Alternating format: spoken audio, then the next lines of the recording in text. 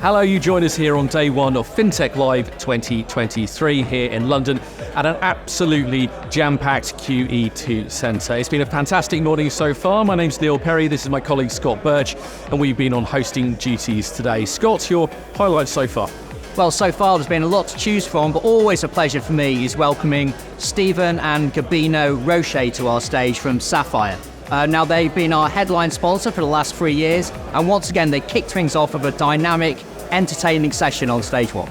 This is what Sapphire has been evangelizing for 6.5, almost 7 years, is you do things correctly in pre-trade, you solve them in post-trade. So we at Sapphire have upped that standard to only allow specific trading relationships and business purposes to see the appropriate SSIs. Now that's great by itself, but Sapphire has one more unique authentication method, completely proprietary to us that no one else in the industry does, and this is where we establish trading relationships. So unless there's a trading relationship between two parties on those accounts, it does not matter even if you have the access code to these standing settlement instructions, they will not be visible to you. This again is only guaranteed through our technology, and again we make this available in the cloud. Neil, how about you? I'll go with the Customer Centricity Forum that we did just before lunchtime today.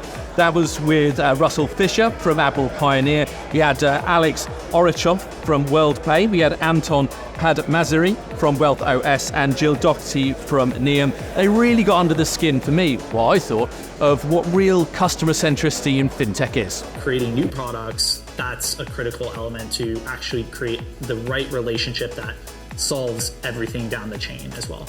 Around providing the best service or the product that you can. That's kind of my definition of customer centricity. It's not just thinking about the B2B customer, it's actually in our case the end beneficiary. It's about strategic intent, making it real for everybody and then investing in the capability to be that. Well, the big question is, Neil, have you ever kept your money in your sock?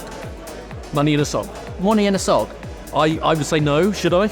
Well, that's one of the hot debates that we had on stage one with Anton Langbroek of Bitpanda, the cryptocurrency firm. He was talking about how some people, especially consumers obviously, are still quite old-fashioned when it comes to storing their cash.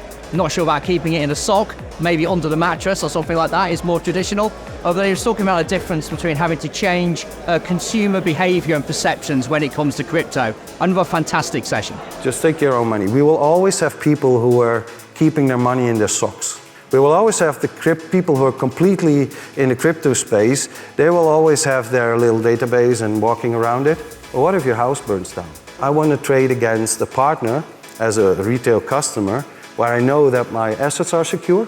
Let's be honest, 90% of the people, we want convenience, we want access, and we want to have good service, right?